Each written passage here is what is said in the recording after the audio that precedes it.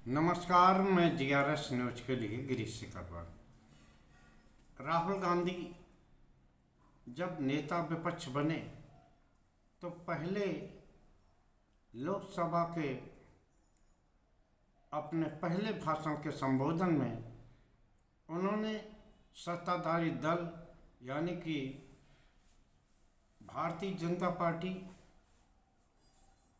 को और देश के प्रधानमंत्री को ये आरोप लगाया था कि वो न सिर्फ विपक्षी दलों के राजनेताओं को विभिन्न सरकारी जांच एजेंसियों से डराते हैं, बल्कि अपने लोगों को भी यानी कि एनडीए के घटक दलों को भी डरा कर रखते हैं। नितिन गडकरी और राजनाथ सिंह के नाम का उल्लेख करते हुए भी उन्होंने ये कहा था कि बाहर ये नेता जब मिलते हैं तो न सिर्फ उनसे हंसते मुस्कुराते हैं, बल्कि एक दूसरे का राम रहीम भी होता है, यानी कि अभिवादन भी होता है। लेकिन सदन में ये सभी लोग इस डर के वजह से, एक जो डर बैठा हुआ है उस वजह से वो विपक्ष के नेताओं से बोलते नहीं। ये बात अब सब होती प्रतीत होती है। नीतीश कुमार के साथ उनके जो खास अफसर थे तो इनके खिलाफ ईडी की कैसी कार्रवाई हुई और किस प्रकार से नीतीश कुमार को बारे में अफवाह फैलाई जा रही कि वो बीमार हैं, और ये भी दावा किया जा रहा है कि अगला चुनाव भारतीय जनता पार्टी के नेतृत्व में होगा। वो ही तय करेंगे कि आखिर मुख्यमंत्री कौन बने। नीतीश कुमार के दल को दो फाड़ करने के लिए भी सत्ताधारी दल ने अपनी योजनाएं बना ली हैं। उनके जो मंत्री केंद्र सरकार में बैठे हुए हैं, भारतीय जनता पार्टी उनके सहारे, और जो कार्यकारी अध्यक्ष संजय झा हैं जो कि पहले भारतीय जनता पार्टी के ही अंग रहे हैं और उनकी बहुत ही निकटता अमित शाह और नरेंद्र मोदी से रही है, तो वो भी उनके जरिए भारतीय जनता पार्टी उनके दल को दो फाड़ करना चाहती है। चिराग पासवान और उनके चाचा पशुपतिनाथ पारस का मैंने जिक्र किया, किस प्रकार उन्होंने पशुपतिनाथ पारस को अपने साथ लेकर रामविलास पासवान के लोजपा को दो फाड़ किया और पारस को अपने साथ लिया। लोकसभा चुनाव में उन्हें पारस हल्के दिखाई दिए तो उन्होंने फिर चिराग पासवान को महत्व देना शुरू किया, लेकिन मंत्री बनने के बाद चिराग पासवान के पर कतरे जाने लगे, क्योंकि चिराग पासवान ने अपने बयानों के जरिए असहज कर दिया। और हाल में ही जो बयान अमित शाह ने बाबा साहब के लिए दिए उसका भी उन्होंने उस तरह से समर्थन नहीं किया। हालांकि अन्य जो घटक दल हैं एनडीए के, वो भी बाबा साहब के बयान के परिप्रेक्ष्य में अमित शाह या भारतीय जनता पार्टी के साथ नहीं है।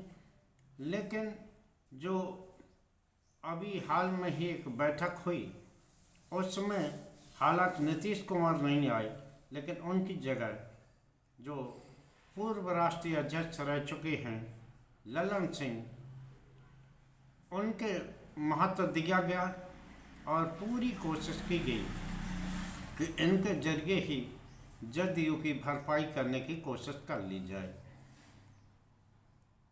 चिराग पासवान का मैंने जिक्र किया था। चिराग पासवान इस समय सपरिवार अमेरिका गए हुए हैं और इस समय वो एक व्यक्तिगत यात्रा पर हैं। उनके खासम खास और पार्टी में नंबर 2 की हैसियत रखने वाले हरीश पांडे के 3 ठिकानों पर, 2 बिहार में और एक बेंगलुरु स्थित ठिकाने पर ईडी की रेड हुई। समझा यह जा रहा है कि चिराग पासवान को अपने पाले में लाने के लिए इस प्रकार की कार्रवाई की गई है। इधर आप सभी लोग जानते हैं महाराष्ट्र में एकनाथ शिंदे और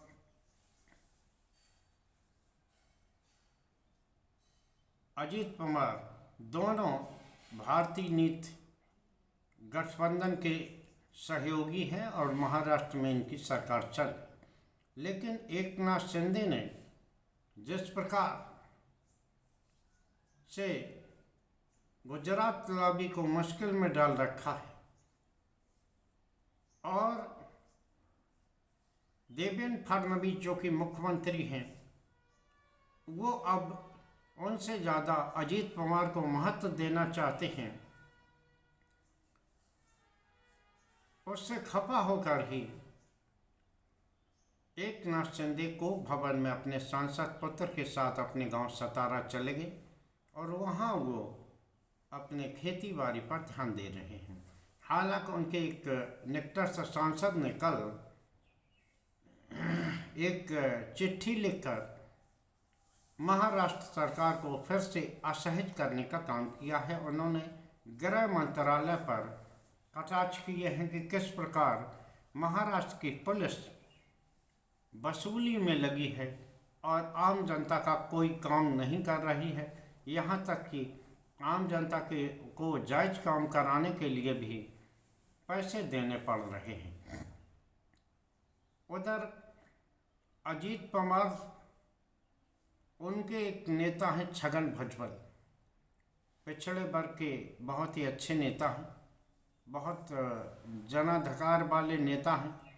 लेकिन जिस प्रकार भारतीय जनता पार्टी का उनके प्रति प्रेम उमड़ रहा है, इस बार उन्हें अजीत पवार ने अपने कोटे से मंत्री नहीं बनाया है। तो उन्होंने देवेंद्र फडणवीस से संपर्क साधा, पहले अजीत पवार से बात की, फिर संपर्क साधा देवेंद्र फडणवीस से और फडणवीस ने उन्हें आश्वासन दिया है कि वो 10-12 दिन में उनका कोई समायोजन करेंगे। तो क्या ये तय माना जाए कि अब छगन भुजबल जो कि विधायक भी हैं अभी, क्या वो भारतीय जनता पार्टी की ओर शिफ्ट करेंगे? क्योंकि आप सभी लोग जानते हैं कि छगन भुजबल भी ईडी और सीबीआई के रडार पर रहे हैं और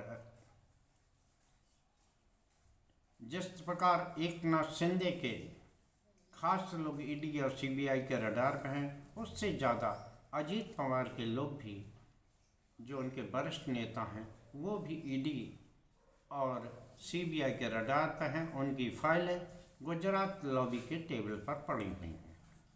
तो क्या अजीत पवार के दल में भी छगन भुजबल के सहारे विभाजन करने की साजिश भारतीय जनता पार्टी कर रही है या कोई दूरगामी परिणाम? आप सभी लोग जानते हैं कि अजीत पवार से जो हाल में ही बीएमसी चुनाव होने का संभावना जताई जा रही है, उससे कोई लाभ अजीत पवार की पार्टी से मिलने वाला नहीं है। वो लाभ एकनाथ शिंदे से ही मिलेगा।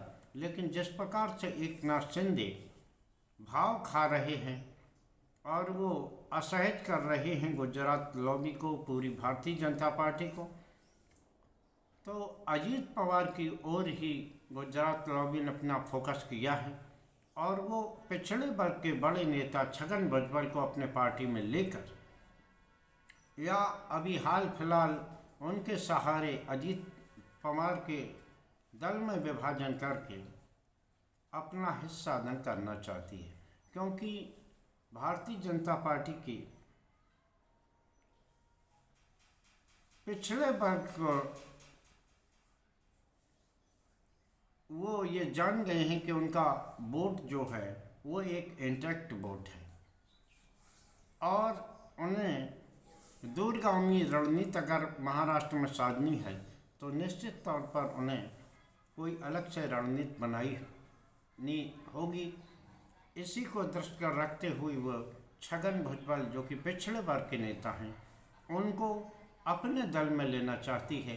आप सभी लोग नहीं भूले हों तो अमित शाह के उस बयान को याद कर लीजिए जिसमें उन्होंने कहा था कि अभी हम महायुति की सरकार बनाएंगे और 2029 में भारतीय जनता पार्टी की महाराष्ट्र में पूर्ण बहुमत की सरकार बनेगी। तो इस योजना को आप दृष्टिगत रखते हुए समझ लीजिए कि अचानक छगन भुजबल की ओर भाजपा का प्रेम क्यों उमड़ा है। इसी प्रकार बिहार में भी अगर ललन सिंह के जरिए जदयू में फिर से कोई टूट कराने में सफल हों और नीतीश को अलग थलग करने की कोशिश की जाए तो इसमें कोई अचरज की बात नहीं है। आज के ब्लॉग में बस इतना ही। जय हिंद, जय भारत।